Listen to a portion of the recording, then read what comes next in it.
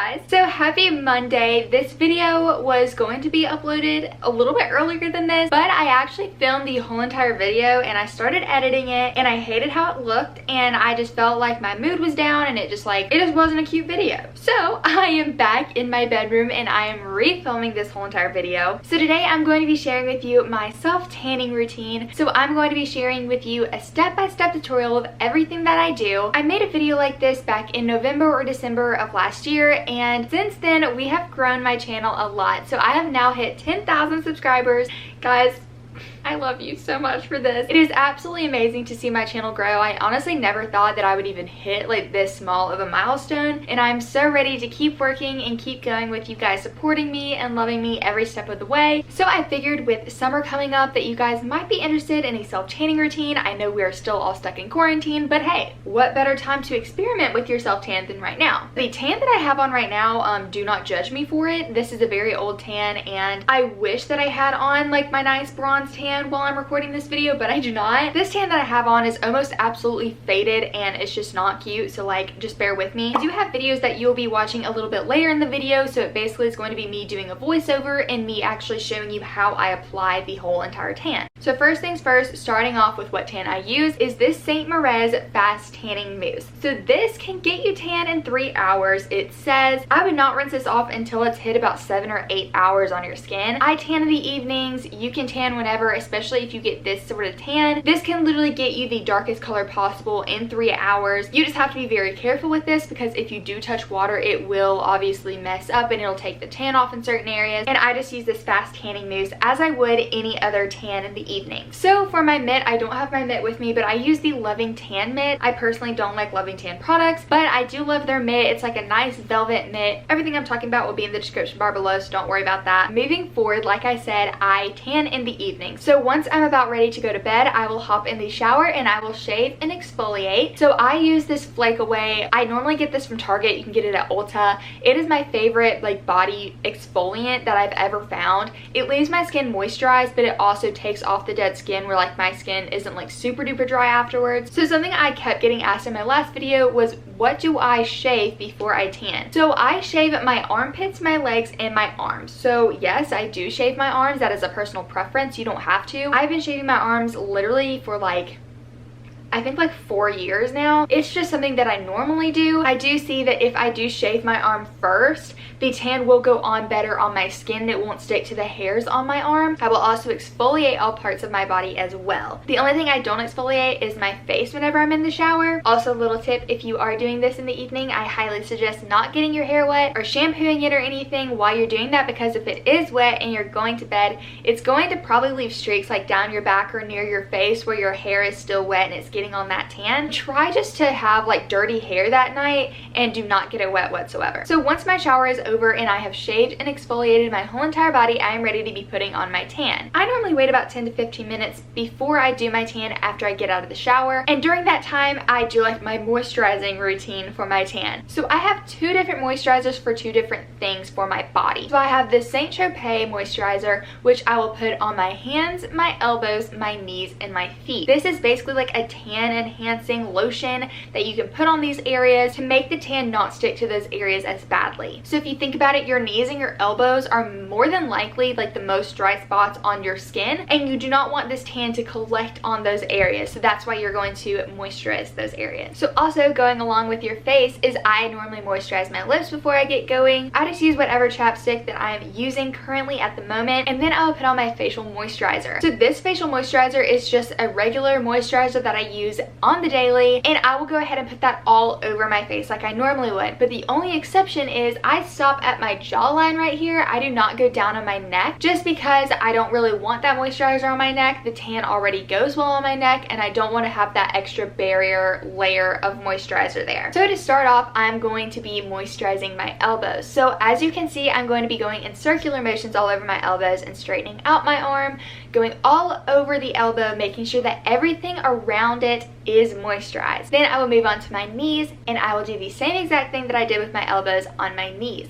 I will keep my legs bent, do it in circular motion, straighten it out, get it all over so every single part of your knee is covered in this moisturizer. So I didn't include a clip of me moisturizing my feet because I just felt like it was going to be weird, but I moisturized my whole entire foot. I will go in between my toes and up on my ankle, everything, just because I noticed that my ankle does get a little bit dry and the tan does normally collect a lot on your feet. So I normally do like a pretty hefty amount of moisturizer on my feet. So I do moisturize my hands, but I wait a little bit later to moisturize my hands. Sometimes I feel like if I moisturize my hands right before I tan my whole entire body, whenever it's in the mitt, especially in the Loving Tan mitt, it has like this, it's like a plastic covering so you don't get tan on your hand, and it gets really hot and sweaty in there, actually really gross. But if I do that, I notice that like my hand moves around more and I feel like my hands really aren't moisturized, so I wait to moisturize my hands at first. First thing I start tanning is my thighs on my legs, so I will focus in on the top of my leg and all around, making sure that everything is blended in. I will use circular motions all over. Then whenever that is done, I will move on to my shin and my calf, and I will get all over that. So after my thigh,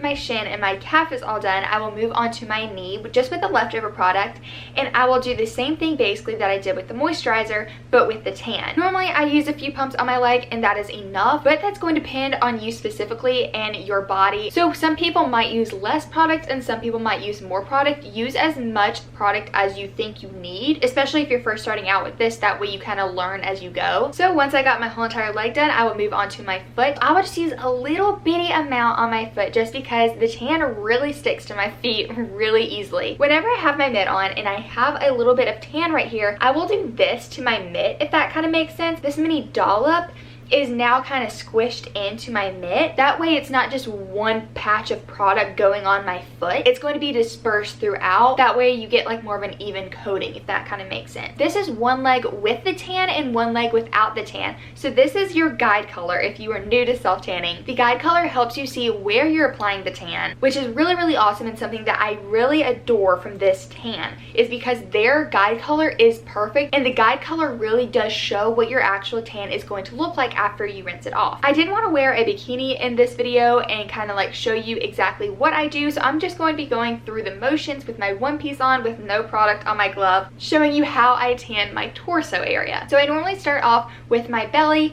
and I will just go in circular motions all over, and then I will follow that to the lower back area. So your back is going to be probably the hardest part of doing a self-tanning routine. So once I get my belly and my lower back, I normally focus in on my chest area. So normally I don't wear a bikini top or any sort of top whenever I am self-tanning. So again, I will put the product on my mitt and I will do circular motions all over my chest area and up to my neck, but I will not touch my face just yet. So now you have to focus in on the top of your back, which can get very, very tricky. You have to keep moving around, figuring out what way you can get what. This really helps if you're in front of a mirror. You can see what you're doing, see what spots you get. After I have my whole entire torso done, that is whenever I move on to my arms. So my arms, this is how I think about it. So if you're laying out like at the beach or by the pool or anything, your top part of your arm is going to be the part that's going to be the darkest, right? The bottom half is going to be the lightest color. So whenever I tan, I focus in more and start the product on the top of my arm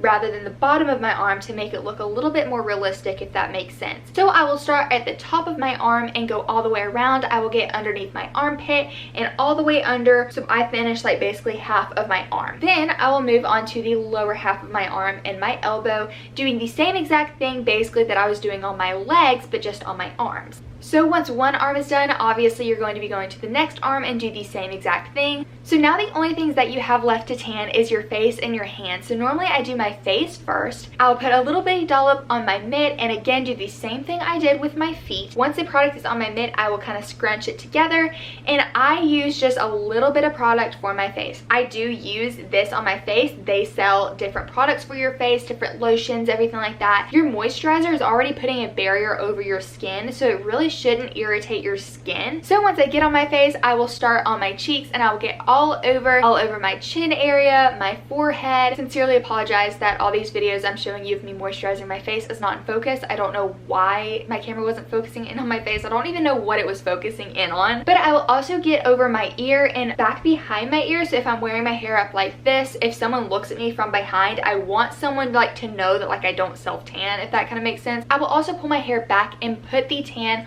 more on like the roots of my hair. So once my face is all tan and done, the only thing I can tell you is this product does stick on any breakouts that you have on your face. That is the downfall of this that I really don't like. That really is my only critique for this tanner. You can probably see in these videos that I have a breakout right here, which I still have. I don't know why it's not going away, but this product will stick to that area really bad, making it really noticeable. If you're going to be wearing makeup anyways, it shouldn't really matter. A lot of girls also don't tan their face at all, and that's completely fine. I like tanning my face because a lot of the time I don't have makeup on anyways, and so I want my face to look tan with or without the foundation. So now moving on to your hands, you're going to moisturize your hands all over your hands. This is something that a lot of people fail to realize, that you really have to pack on this moisturizer for your hands to make it look more natural. Your hands and your feet, to me, are the #1 thing that kind of gives away if you have a fake tan or not. So I get all over my fingers, my knuckles, every part of my hand is covered in the Saint Tropez moisturizer. So then to start off, I will put a little bit on my mitt. Again, I will squish it together like I have done for my face, and I will start all over my hand. I'll put it all over.